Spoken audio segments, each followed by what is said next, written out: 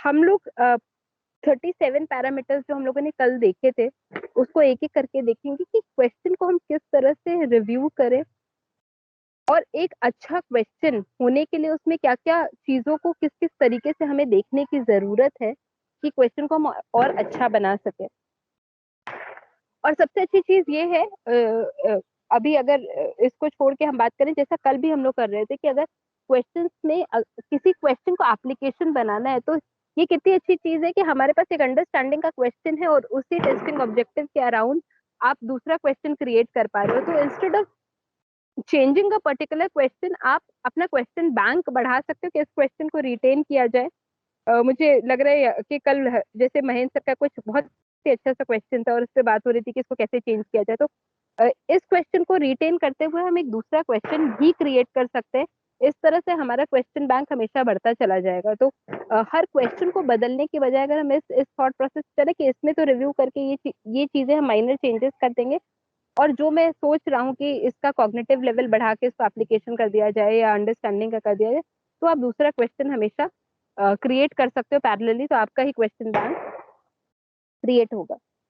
अब हम लोग पॉइंट वाइज चलते हैं कि how and what to review, क्या क्या कैसे हम रिव्यू करें कोई भी क्वेश्चन, और उसमें क्या देखें, क्या देख के हमें उससे रिव्यू करें। सबसे पहला पॉइंट है, is the tested concept correct. Tested concept correct का मतलब कि एक पर्टिकुलर क्लास के हिसाब से, एक पर्टिकुलर सब्जेक्ट के हिसाब से कॉन्सेप्ट जो टेस्ट किया जा रहा है वो सही भी है कि नहीं। सो फॉर एग्जांपल, आप केमिस्ट्री में फ्रैक्शंस आप नहीं टेस्ट कर सकते हो।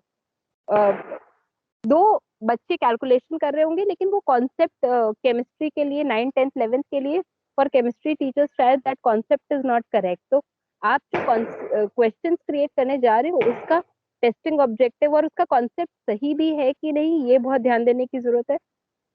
तो ये तो ऑब्वियस है कि हम लोग ऐसे क्वेश्चंस को टेस्ट नहीं करेंगे, फिर भी this is just to keep it. अगर हम step by step baby steps की बात करें, तो इस तरह से हम अपने पैरामीटर्स को देखना शुरू करेंगे कि ये क्वेश्चन सही भी है कि नहीं, ये कॉन्सेप्ट सही भी है कि नहीं बच्चों के लिए। Is the tested idea essential, relevant and suitable, class के हिसाब से इम्पोर्टेंट है भी कि नहीं, सूटेबल है भी कि नहीं, और रेलेवेंट है कि नहीं। तो फॉर एग्जाम्पल, अगर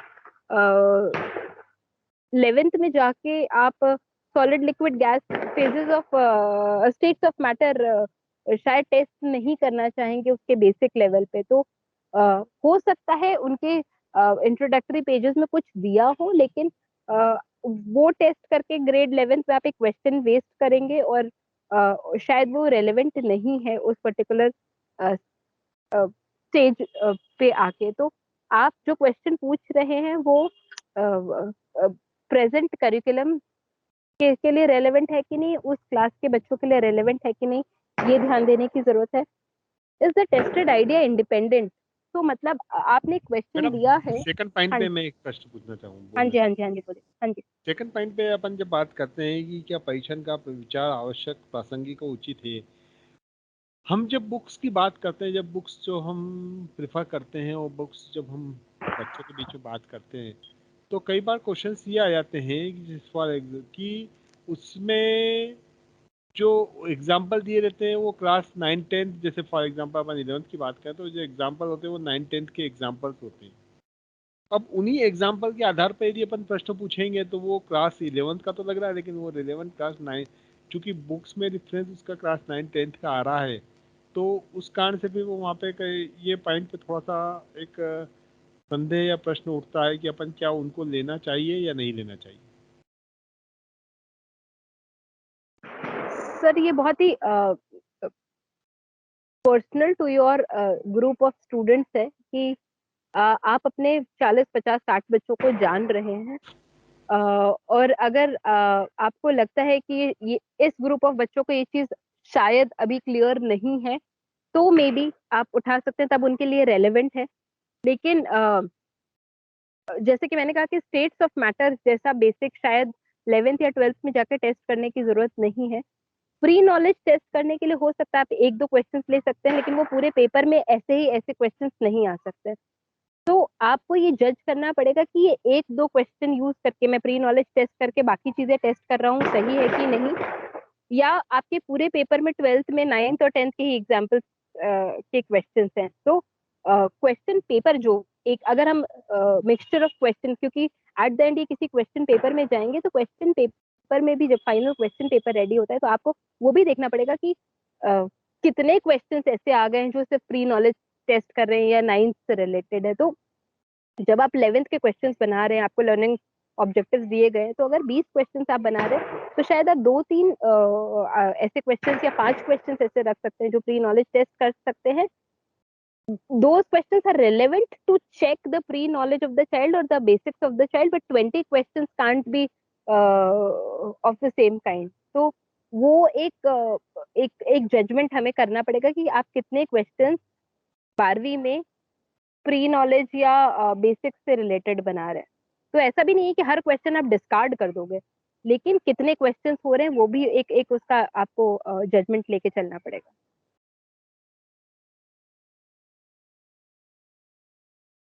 ओके मैडम। आवाज आई मेरी? जी जी मैडम, बिल्कुल। Is the tested idea independent? तो कई बार सॉरी यहाँ पे दिवाली सेलिब्रेट होना शुरू हो गई है, अगर आपको पीछे वही मेरे को पटाखों लग के। रहा था कि आज अहमदाबाद में अभी तो लाभ पंचक शुरू नहीं हुआ और दिवाली शुरू हो गई। हाँ, फटाके यहाँ पे बहुत बैकग्राउंड में ज्यादा। काफी फटाके फूट रहे हैं आज आपके यहाँ। आई एम हाँ, रियली सॉरी, लेकिन अभी यहाँ पे नहीं, आज अहमदाबाद तो में अष्टमी है। अभी दिवाली में 7 दिन पूरे बाकी हैं। अगले गुरुवार को ही सिर्फ दिवाली है। नहीं, यहाँ पे पिछले 10 दिन से और आगे आने वाले 10 दिन तक चलते रहते हैं पटाखे। ऐसा? हाँ जी, हाँ जी। तो मतलब पॉल्यूशन डिस्टर्बेंस काफी ज्यादा हो जाता होगा फिर तो आपके यहाँ। बहुत ज्यादा होप, हाँ, लेकिन डिस्टर्बेंस ऐसा नहीं हो रहा, आपको मेरी आवाज आ रही है? हाँ, आ रही है, आ रही है। हाँ जी। तो बैकग्राउंड म्यूजिक में थोड़े थोड़े फटाके आ रहे हैं बस। हाँ, I can't change my space. हाँ, नहीं नहीं, वो ठीक है उसके लिए। हाँ जी, हाँ जी। तो is the tested idea independent? So ऐसा अज्यूम करके क्वेश्चन ना बनाया जाए कि क्वेश्चन इनकम्प्लीट लगे। तो अपने आप में क्वेश्चन कंप्लीट है कि नहीं, ऐसा तो नहीं है कि आपने अज्यूम कर लिया कि इससे रिलेटेड इंफॉर्मेशन बच्चे को ऑलरेडी पता है।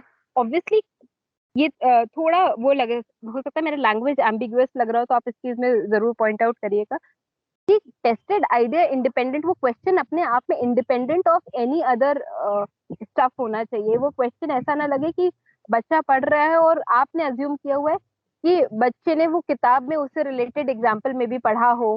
तो फॉर एग्जाम्पल कि किसी बुक में रानी का कोई एग्जाम्पल है, रानी नाम की लड़की ने कुछ एक्सपेरिमेंट्स किए हैं, तो आप व्हाट डिड रानी डू, या व्हाट डिड रानी कंक्लूड, ऐसा क्वेश्चन नहीं लिख सकते हैं अपने क्वेश्चन पेपर में, क्योंकि केमिस्ट्री की बुक में कोई हो सकता है एग्जाम्पल दिया हो, लेकिन what did Rani conclude from where, ये क्वेश्चन अपने आप में इंडिपेंडेंट नहीं है। तो आपको क्वेश्चन बहुत ही देखना पड़ेगा कि वो क्वेश्चन का आइडिया इंडिपेंडेंट है। It's not based on any assumption कि बच्चे ने बुक किताब में हो सकता है एग्जाम्पल तो पढ़ा ही था चैप्टर 4 में, तो मैं यहाँ पे बस सीधे सीधे पूछ लूँ कि what did Rani conclude from the experiment she conducted in her laboratory या वट एवर। तो आपको क्वेश्चन अपने आप में पूरी तरह इंडिपेंडेंट होना चाहिए, किसी और चीज पे डिपेंडेंट नहीं होना चाहिए, इनकम्प्लीट नहीं दिखना चाहिए। Is the concept tested focused on one aspect? जो हम बार बार बात कर रहे हैं कि आप टेस्ट करें एक क्वेश्चन में, कोशिश करें कि एक ही चीज टेस्ट कर रहे हो। 4 चीजें टेस्ट करने चलेंगे तो आपको भी कंफ्यूजन होगा, और शायद वो डेटा भी ना मिल पाए कि बच्चे को मिसकंसेप्शन क्या है। इसीलिए ये basically these are more towards MCQs. तो एमसीक्यू में एक ही चीज टेस्ट करने की कोशिश करिए, कई चीजें टेस्ट करने की कोशिश मत करिए। टॉपिक एंड सब टॉपिक की tagging, tagging in the sense इन्होंने शायद एलआईएस के हिसाब से टैगिंग या टैग, आप जब सोच रहे हो कि ये टॉपिक है, ये सब टॉपिक है, आपके करिकुलम के हिसाब से करेक्ट है कि नहीं टॉपिक सब टॉपिक, वो ध्यान दीजिएगा।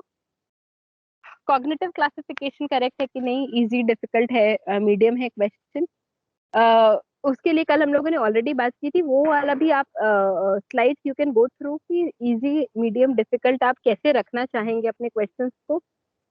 ये इसलिए जरूरी है क्योंकि जब ये सारे क्वेश्चंस मिल के एक पेपर में जाते हैं तो आप लोग क्या आप लोग मेजरली क्या पैटर्न फॉलो करते हो कि कितना परसेंटेज डिफिकल्ट और कितना परसेंटेज इजी होना चाहिए आपका पेपर? कुछ ऐसा है आपके यहाँ? मैडम उसमें प्रश्न जो बोर्ड के पेपर आते हैं उसमें मेंटेन रहता है, मेंशन रहता है कि 40% इजी प्रश्न होना चाहिए ताकि हर हम्म बच्चा उसको अटेम्प्ट कर सके। 30% उसमें डिफिकल्टी लेवल होना चाहिए, तो जो बचाव 30% है वो मध्यम लेवल का होना चाहिए। हम्म हम्म हम्म, ये बोर्ड के डायरेक्शंस रहते ही हैं जब भी पेपर सेटर्स के लिए उस समय। हाँ हाँ। तो बस बस इसीलिए ये चीज मेंशन करना जरूरी है, क्योंकि एट द एंड ये क्वेश्चंस इंडिपेंडेंट नहीं रहेंगे, क्वेश्चंस किसी एक पेपर में जाएंगे। तो अगर कॉग्निटिव लेवल पहले से मेंशन्ड हो, तो जो आप इजी मीडियम डिफिकल्ट आपको बोर्ड डायरेक्शंस मिलते हैं, तो ये क्वेश्चंस उस हिसाब से फिर लिए जाएंगे एक पेपर में कि इतने क्वेश्चंस इजी हैं, इतने क्वेश्चंस मीडियम, इतने questions difficult in particular class के लिए।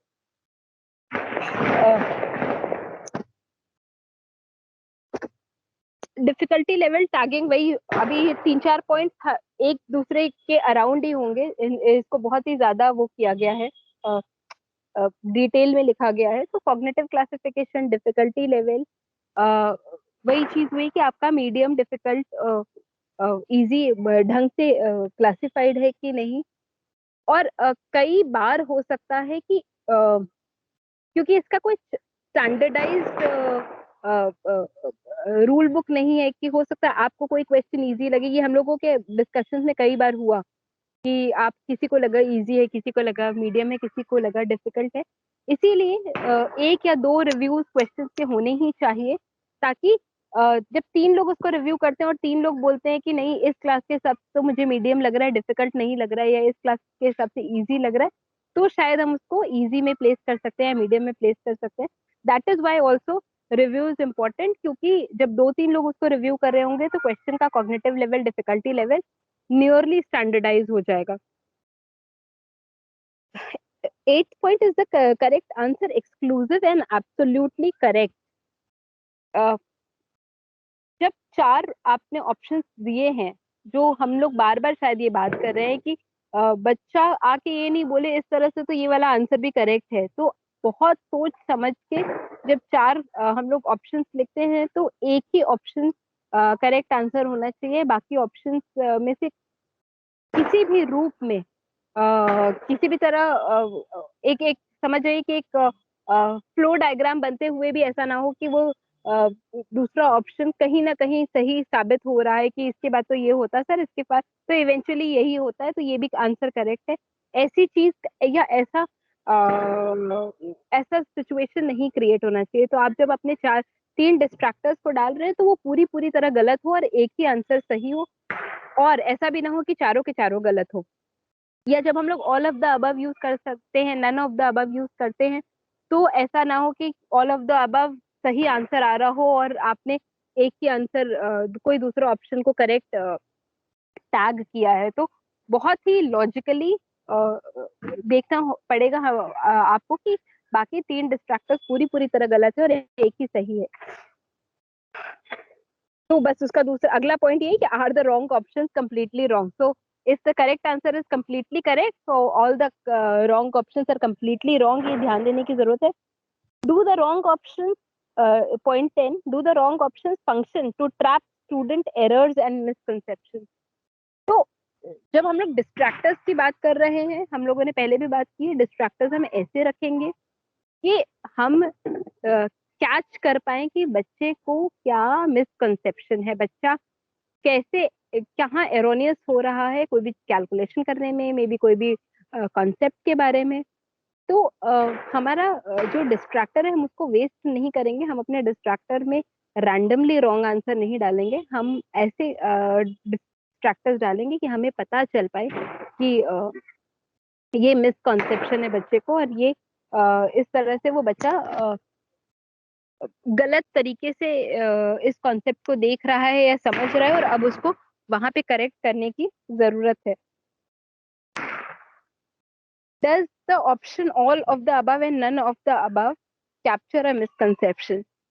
तो ऑल ऑफ द अबव या नन ऑफ द अबव भी आप ऐसे नहीं यूज करेंगे कि आपके पास अब कोई डिस्ट्रैक्टर बचा ही नहीं, तो मैंने ऑल ऑफ द अबव और नन ऑफ द अबव लिख दिया कि आपने एक ही सही आंसर आपके पास था, दो आप डिस्ट्रैक्टर सोच पाए, तो अब मैं लिख दूं कि अरे ऑल ऑफ द अबव। तो उस तरीके से ऑल ऑफ द अबव या नन ऑफ द अबव को यूज ना किया जाए, बल्कि ऑल ऑफ द अबव या नन ऑफ द अबव भी एक तरह का डिस्ट्रैक्टर। इससे पता चलेगा बच्चे का ये कॉन्सेप्ट अनक्लियर है कि वो इन तीन चीजों को ही इस कॉन्सेप्ट के अंतर्गत समझता है, या किसी भी डिस्ट्रैक्टर को इस कॉन्सेप्ट के अंतर्गत नहीं समझता है। तो आपका ऑल ऑफ द अबव या नन ऑफ द अबव भी एक तरह का डिस्ट्रैक्टर होना चाहिए, और बच्चे का कोई एरर कैप्चर करना चाहिए just for the sake of being there.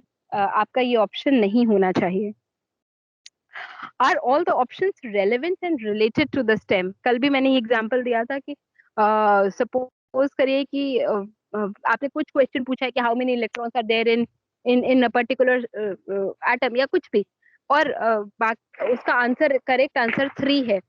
आपने दो डिस्ट्रैक्टर्स 2 और 4 दे दिए, आप चौथा डिस्ट्रैक्टर क्लोरीन नहीं दे सकते हैं, या चौथा डिस्ट्रैक्टर, चौथा ऑप्शन ग्रीन हाउस इफेक्ट नहीं दे सकते हैं। Just because it is a wrong answer आप वो नहीं लिख सकते हैं। आपको देखना पड़ेगा कि आपका जो आपने डिस्ट्रैक्टर या ऑप्शन दिया है वो क्वेश्चन से रिलेटेड है कि नहीं, और बाकी चीजों से रिलेटेड है कि नहीं। अगर ग्रीन हाउस इफेक्ट भी ऐसा लगता है कि अच्छा बच्चा कंफ्यूज हो के या कोई मिसकंसेप्शन के अंतर्गत ग्रीन हाउस इफेक्ट बच्चा लिख सकता है, तो ही आप उधर डालिए, वरना इस तरह से क्या होगा अगर आप एक पूरी पूरी तरह से एक रॉन्ग डिस्ट्रैक्टर दे देंगे, तो वो एक डिस्ट्रैक्टर गिव अवे हो जाएगा, बच्चा तो उसको लॉजिकली रूल आउट कर देगा कि ये तो हो ही नहीं सकता है, और इस तरह से फिर बच्चा तीन ऑप्शंस के बीच में खेलने लगेगा। तो ये बहुत जरूरी है कि हमारे चारों ऑप्शंस एक दूसरे से रिलेटेड हों, क्वेश्चन से रिलेटेड हों, जो क्वेश्चन पूछा गया उसका एक प्रोबेबल रॉन्ग आंसर होना चाहिए, ना कि रैंडमली कुछ भी हो। Next slide. हाँ, answering the question requires the reading of the passage. यहाँ पे पैसेज की बात है, हम चाहेंगे कि हम अगर इसको थोड़ा मॉडिफाई करें तो answering the question requires reading of the question properly. तो क्वेश्चन हमारा ऐसा हो कि बच्चे को पूरा पढ़ने की जरूरत पड़े, ढंग से पढ़ने की जरूरत पड़े और तभी वो आंसर कर पाए, क्योंकि पूरा क्वेश्चन पढ़ेगा तो ही दिमाग लगाएगा और अपने हिसाब से वो आंसर फिगर आउट कर पाएगा। तो हमारा क्वेश्चन ऐसा हो कि the child needs to read the question, the correct question answer is not revealed in another item. तो सो फॉर एग्जाम्पल आपका पेपर है और आपने एक जगह पे कहीं पे क्वेश्चन पूछा है कि इसका वैलेंसी क्या है, और उसी पेपर में कहीं पे दूसरे क्वेश्चन में बोला है the valency of this element is this. तो ऐसा नहीं होना चाहिए कि दूसरे क्वेश्चन से किसी एक क्वेश्चन का आंसर, ये एक पेपर की बात हो रही है वैसे, तो अगर आप जब अपना पेपर भी क्रिएट करते हो, देखिएगा कि किसी और क्वेश्चन में किसी और क्वेश्चन का आंसर रिवील ना हो रहा हो। ये बहुत ही ध्यान रखने वाली बात है। कई बार ये मिस्टेक हो जाती है, कई बार लैंग्वेजेस में तो बहुत होता है, साइंस में पता नहीं, अभी तक मैंने देखा नहीं है, लेकिन ये बहुत ही ध्यान रखने वाली बात है कि एक का आंसर दूसरे क्वेश्चन में ना मिल रहा हो। तो we need to be very careful about that. There are no clues, clanging words in stem repeated in option, keyword present only in correct option। so कई बार ऐसा होता है कि क्वेश्चन इतना वर्बोज है और एक तरह से उसमें ही क्लूज ना मिल जा रहे हो बच्चे को कि आप बच्चे को आंसर मिल जाए। तो इसका एग्जांपल अपने जनरली साइंस में इस चीज का होना टफ है, लेकिन फिर भी, तो फॉर एग्जांपल आपने एक ही वर्ड में, एक ही क्वेश्चन में कई बार glass house glass house glass house बात कर दी and the answer is greenhouse effect.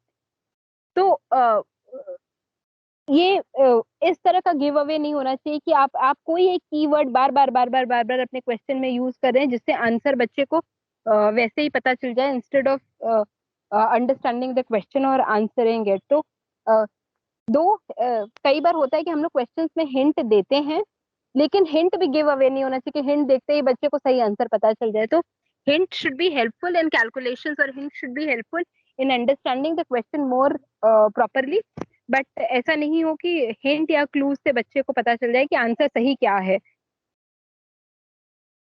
Correct answer is parallel in all dimensions to the wrong answer.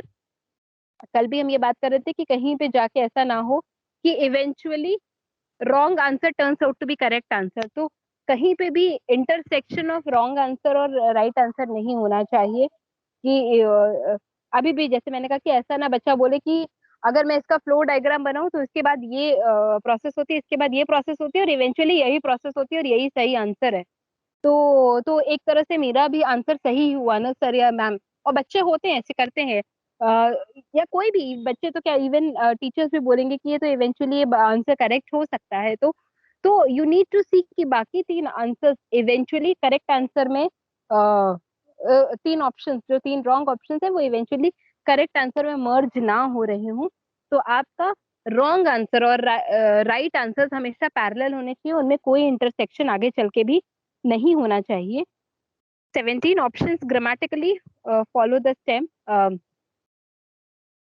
ये शायद मैंने कई जगह आप लोगों के क्वेश्चंस में भी कमेंट किया होगा कि ग्रामर की तरह होना चाहिए, ग्रामेटिकली करेक्ट होना चाहिए. सो फॉर एग्जांपल अगर आप लिख रहे हैं कि निम्न में से डैश डैश होता है और डैश और फिर ऑप्शन है, तो का के की से शुरू नहीं हो सकते हैं आपके ऑप्शंस, क्योंकि आपने लिखा है होता है और उसके आगे वो होता है का कंप्लीशन होना चाहिए आपका ऑप्शन, ना कि ग्रामेटिकली रॉन्ग हो रहा हो पूरा का पूरा क्वेश्चन और आंसर मिला के एक स्टेटमेंट.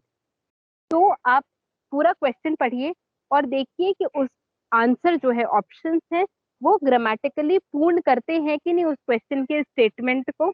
नहीं करते हैं तो आप उस तरह से अपने क्वेश्चन और आंसर का ग्रामर सही करिए. क्योंकि अगर कई बार ग्रामर सही नहीं होगा तो लिंग्विस्टिकली हम लोग लैंग्वेज में जैसे बात करते हैं नॉर्मली, तो वो बहुत कंफ्यूजिंग हो जाएगा बच्चे के लिए जब वो क्वेश्चन अटेम्प्ट करता है कि होता है कि बस बात तो डैश दिया हुआ है लेकिन सारे ऑप्शन शुरू हो रहे हैं का ऐसा या के ऐसा या की ऐसा. तो वो क्वेश्चन जब कंप्लीट नहीं हो रहा होगा, वो स्टेटमेंट कंप्लीट नहीं हो रहा होगा, तो वो अपने आप में बहुत ही कंफ्यूजिंग होगा और रॉन्ग होगा. तो हम ध्यान देंगे ग्रामेटिकली क्वेश्चन का स्टेम फॉलो करते हैं आंसर्स. 18 और 19 पॉइंटर्स को हम साथ में लेके चलेंगे कि आप साइंस में तो आप यूज कर सकते हैं ऑलवेज जैसा चीज कि हमेशा ही ये पर्टिकुलर रूल फॉलो होता है, लेकिन आप वेग स्टेटमेंट्स नहीं फॉलो वर्ड यूज नहीं कर सकते हैं कि जनरली ऐसा होता है, generally where is it found या obviously where is it found. तो क्योंकि एक्सेप्शन पे क्वेश्चन हो सकता है कि आपने जनरली लिख दिया लेकिन एक्सेप्शंस पे पूछा जा सकता है कि ये generally it happens but here it doesn't happen. तो वो ऐसा सिचुएशन नहीं आना चाहिए जहाँ पे बोला जा सके यार इसके तो एक्सेप्शंस भी हैं. आपका जनरली गलत साबित नहीं होना चाहिए. तो क्वेश्चन बहुत स्पेसिफिक होने चाहिए, बहुत ही टू द पॉइंट होने चाहिए उसमें, और वेगली वर्बोज नहीं होना चाहिए कि जनरली ऑब्वियसली ऑलवेज करते करते आपने क्वेश्चन ही बहुत बड़ा कर दिया and the child get lost in the language of the question और जो क्वेश्चन का जो एसेंस था वो चला जाए. तो ऑलवेज बी श्योर कि क्वेश्चन पूरी पूरी तरह स्पेसिफिक है और पूरी पूरी तरह जो मैसेज देना चाह रहा है, जो क्वेश्चन पूछना चाह रहा है उसमें से वही चीज निकल के आए, उसमें एक्सेप्शंस नहीं निकल के आ रहे हैं, बहुत ज्यादा वर्बोज नहीं है. There are no overlapping options. वही बात है कि पैरेलल हो तो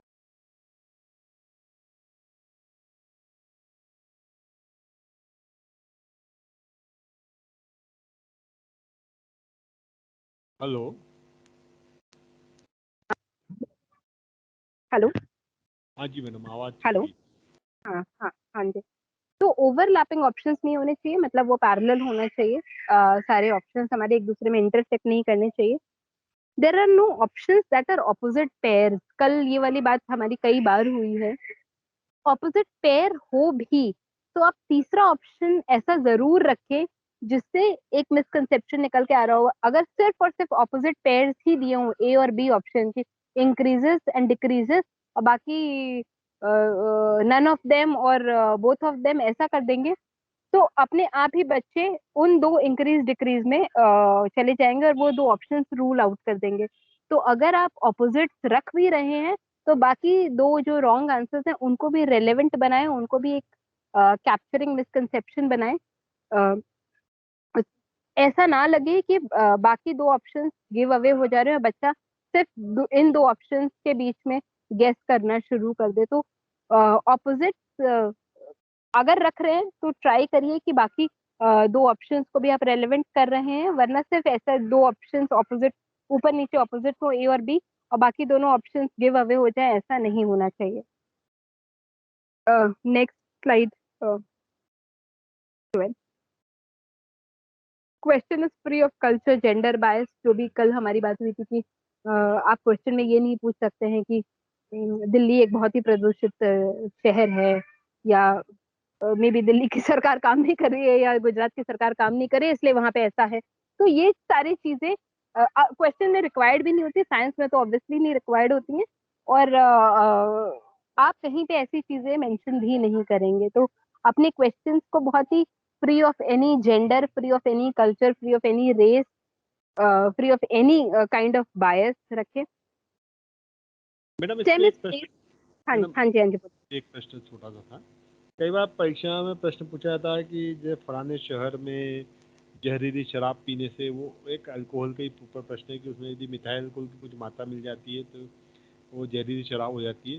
तो उस कंडीशन में शहर का नाम आता तो वो लेना चाहिए या नहीं चाहिए? फिर यहाँ पे प्रश्न ये आता है।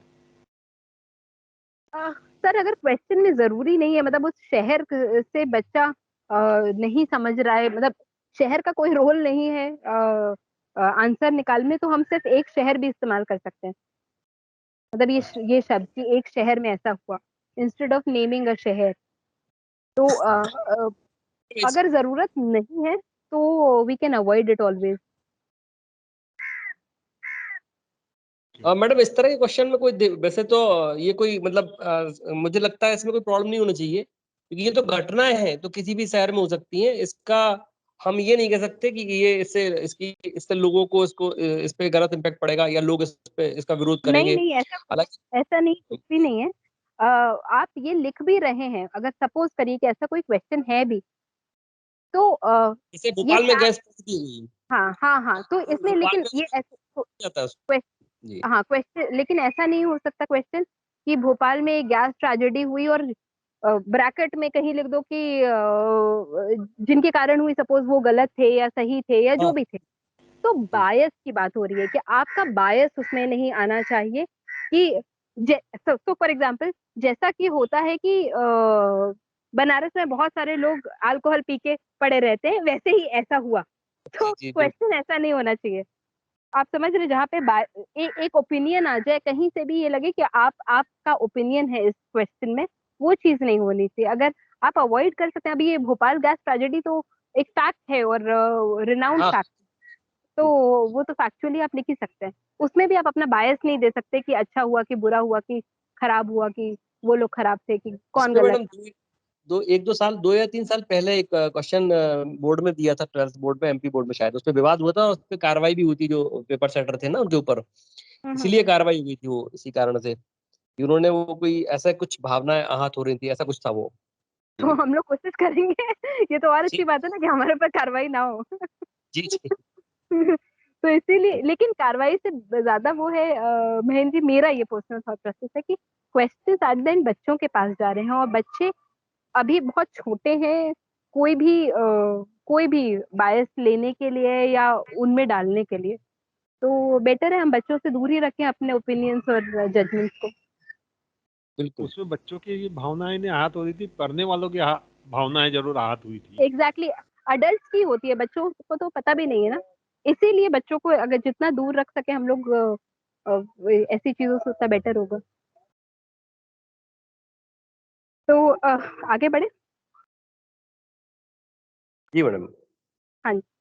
तो stem is praise positively if not the negative word is highlighted. जैसा कि कल भी हुआ कि जहाँ पे नहीं है कि ऐसी ऐसी चीज हो रही है, इसमें से कौन ये नहीं है, तो उस नहीं को एम्बोल्डन किया जाए, हाईलाइट किया जाए, ऐसा किया जाए ताकि अ, ब- बच्चे नहीं देखें मतलब जानबूझ के ऐसा ना हो कि बच्चे मिस कर जाएं, कि बच्चा मिस ही करे इसीलिए मैं नहीं कोई मार्क नहीं कर रहा हूँ, ऐसा नहीं होना चाहिए।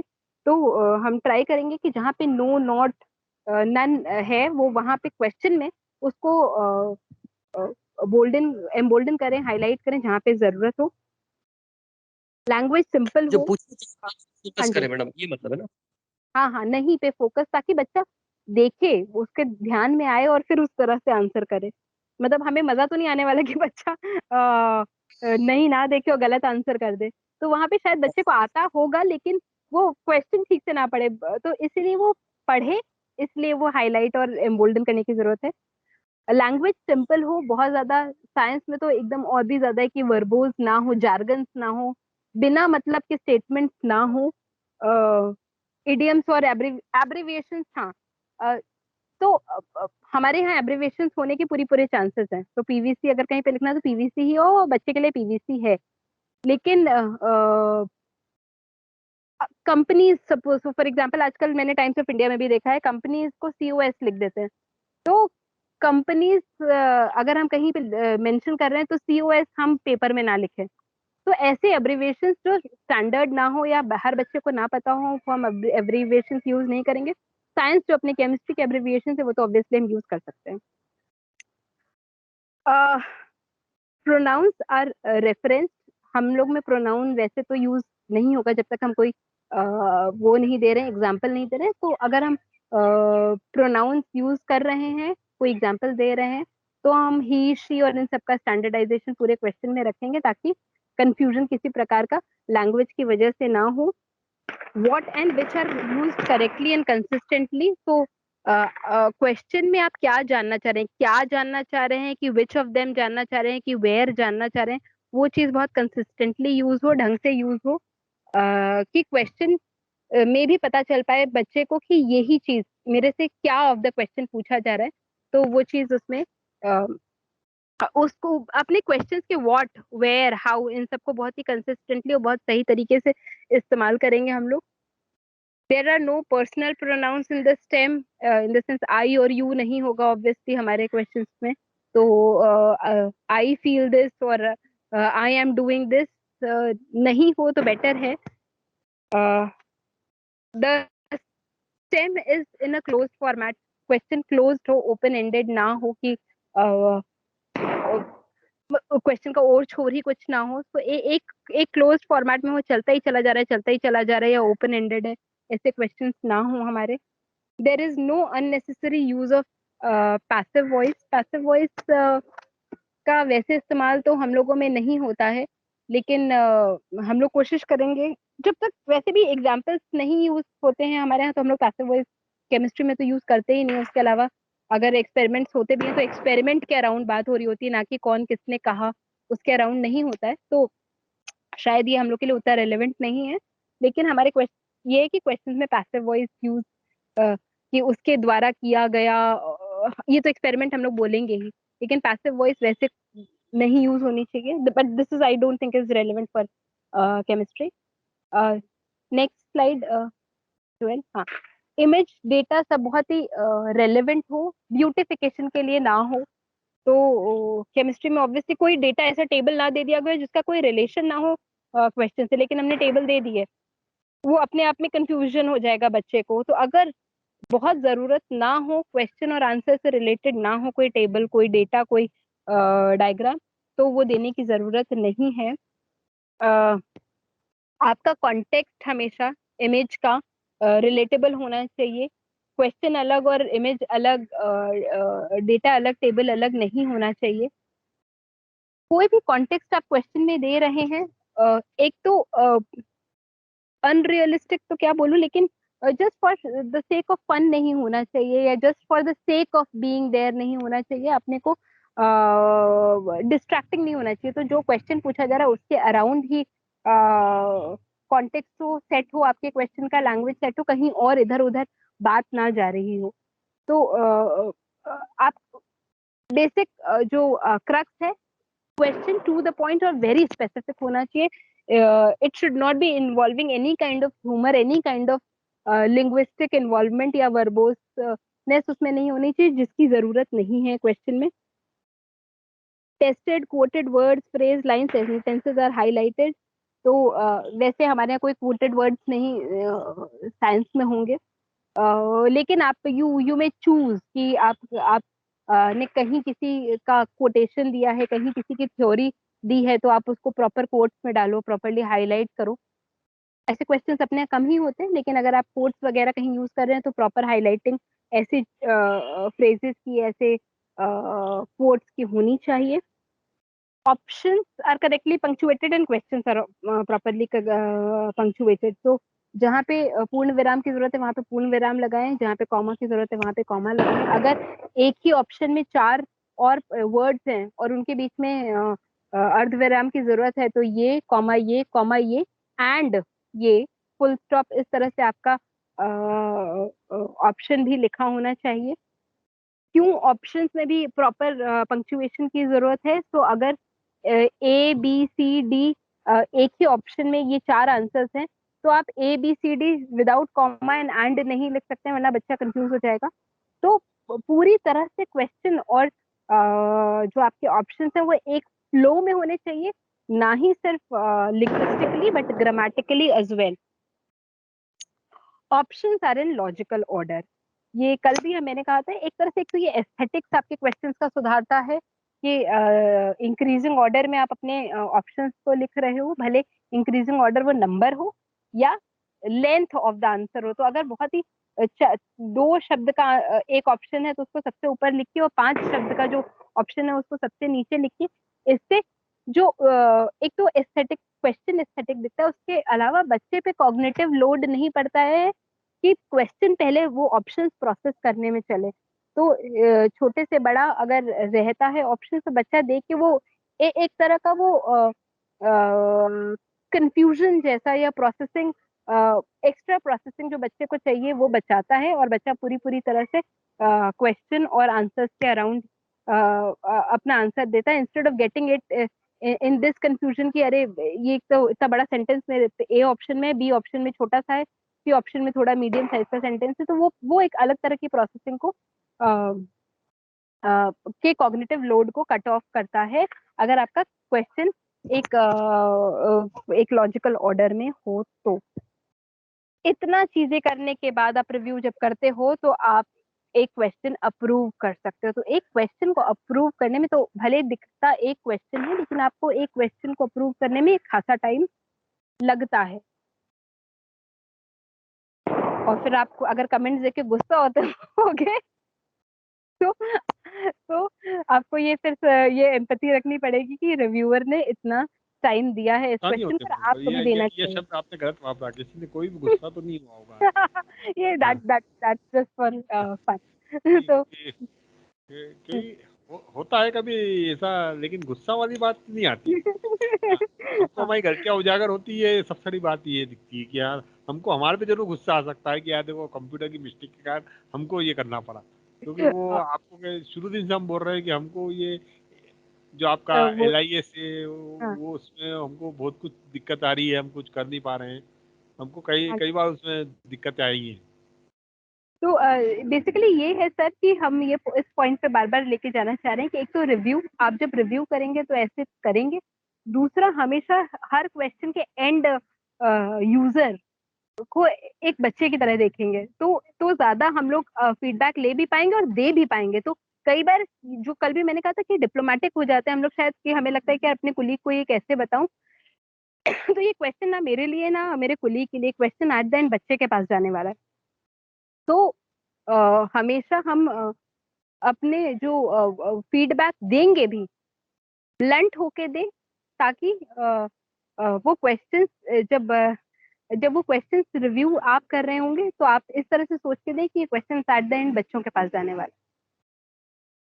तो hope this made things clear. अब इसके बाद आई विल बी क्वाइट, क्योंकि आपके क्वेश्चंस जो टीचर्स के क्वेश्चंस है ना।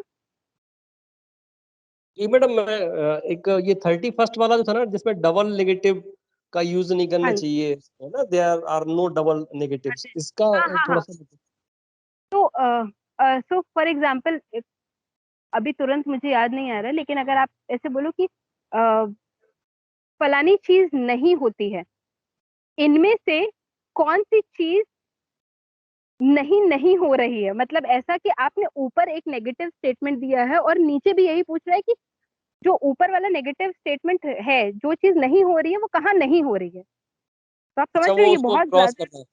हाँ हाँ हाँ, तो आपको लगे कि अरे आपने तो बच्चे को कंफ्यूज करने के लिए क्वेश्चन बनाया है, लेकिन ये लिंग्विस्टिकली कंफ्यूज हो रहा है, वो साइंस के हिसाब से नहीं है। तो नहीं नहीं हो रहा है, डबल नेगेटिव नहीं होना चाहिए आपके क्वेश्चंस में। तो आप अगर आप देते भी हो तो ये एक प्रोसेस है, इन फॉलोइंग में से कौन सा नहीं हो रहा है एक जगह पे आप नहीं लिख सकते हो। ये एक प्रोसेस नहीं है, लेकिन ये कहाँ नहीं नहीं हो रहा है वो चीज नहीं हो सकती है। तो too many noes can't be there in one question. वो सॉरी। एक नो से दूसरे नो को काट देगा यहाँ पर। हाँ एग्जैक्टली, तो वो काटना काटना नहीं करना है अपने को, हमें जी मतलब बच्चे को ट्रैप नहीं करना है। तो ये भी हमेशा हर बार थॉट हमारा ये रहेगा, ये क्वेश्चन मिसकंसेप्शन चेक करने के लिए, बच्चे को ट्रैप करने के लिए नहीं है। तो ये है, I am really sorry sir, thank you for bringing this to notice.